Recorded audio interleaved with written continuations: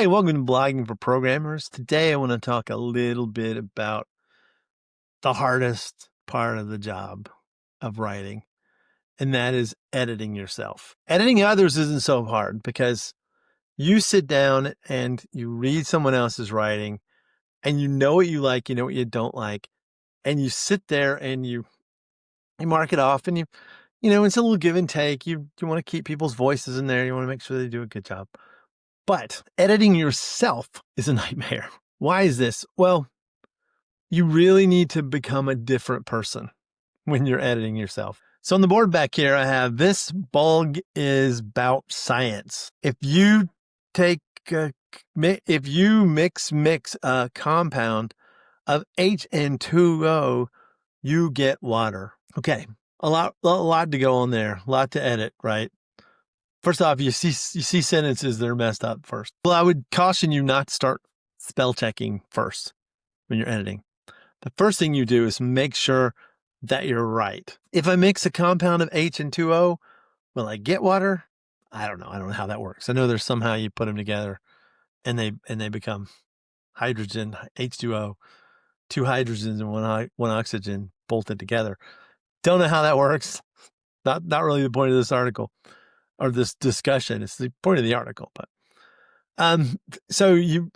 let's assume that's correct, right? Or it's not correct. If it's not correct, you need to fix that first, right? And as you're editing yourself, you gotta not trust yourself. And this is hard. If you don't know in your brain immediately that something is correct, and even if, like I've talked about that in one of the episodes about making sure you're correct, but if you don't know that you're correct and you haven't verified that you're correct, check.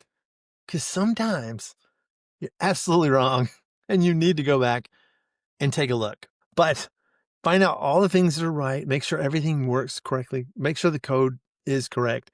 Make sure you haven't pasted the wrong code. I don't know how many times I do that to myself or people have done that to me when I'm tech editing their work, like books or whatever. It's hard, right? It's hard to keep up. You've got a lot of text. You're editing, you're making changes here and there. And it's a mess, right? That's a mess. Now, next step, once you believe what you're saying is correct, the next step is to go back and figure out if the wording is correct. Fix spelling. This blog is about science, whatever that word is. It's supposed to be science. If you mix, only one mix, a compound of H and 2O, two hydrogen and one oxygen molecule, they fuse together somehow, you end up with water. Get those words correct. Get the wording correct. Make sure it sounds right. Then look for headings. Look for places you can group text together and give it some more structure that you didn't do in the first parts because you were writing. Writing is not a linear process, right? You're not going to start at the beginning and finish at the end and go, here it is, and it's beautiful. Yeah, at least I don't, right? I write it and I go, oh, crap, I forgot to say, but that means I need a whole section. Oh, I need this, I need that. And, when I edit somebody, I do the same thing. Oh, you really should have done this. It'd be better if you did this.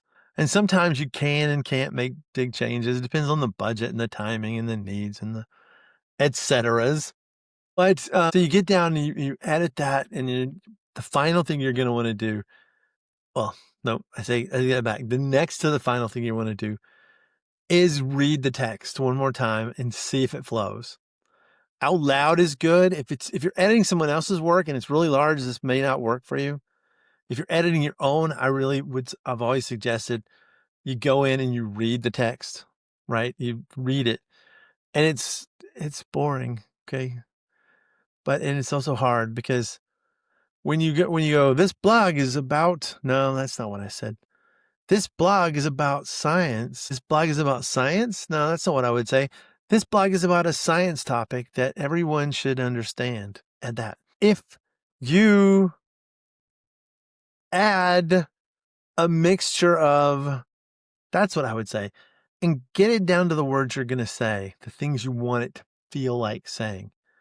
If you're trying to sound like somebody else, it's going to be harder, admittedly, but I would never suggest you sound like someone else. Sound like yourself. It's so much easier.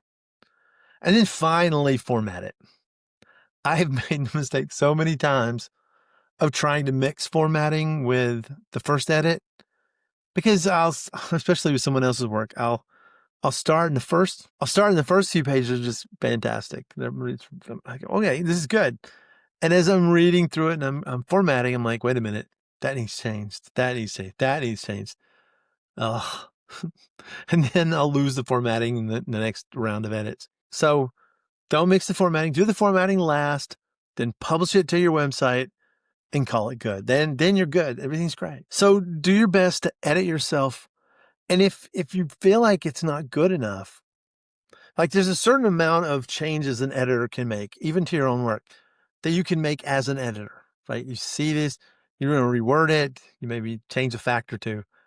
But if you really need to make big changes, you're going to want to go back into your writer persona and think about what you're trying to say and not how you're trying to say it. All that persona stuff is really interesting because you have to think one way when you're writing. I want to create, I want to teach. When you're editing, you want to think critical and you want to make sure what has been taught comes off in a way that makes sense. But make sure you do that for yourself because other than that, it's your last line of defense. You don't want to just write it once and stick it out there. Even blogs, LinkedIn posts, anything over a few words, because autocorrect thinks for you. And I love autocorrect. I'm not gonna lie here. As much as it's annoying when it does things you don't want it to do, it fixes more than it doesn't fix. It just makes us lazy and we forget to go back and look to see that one word hasn't been changed to the other. All right, so go write that blog and then edit it. Make sure it's good, get it posted. If you enjoyed this, thank you.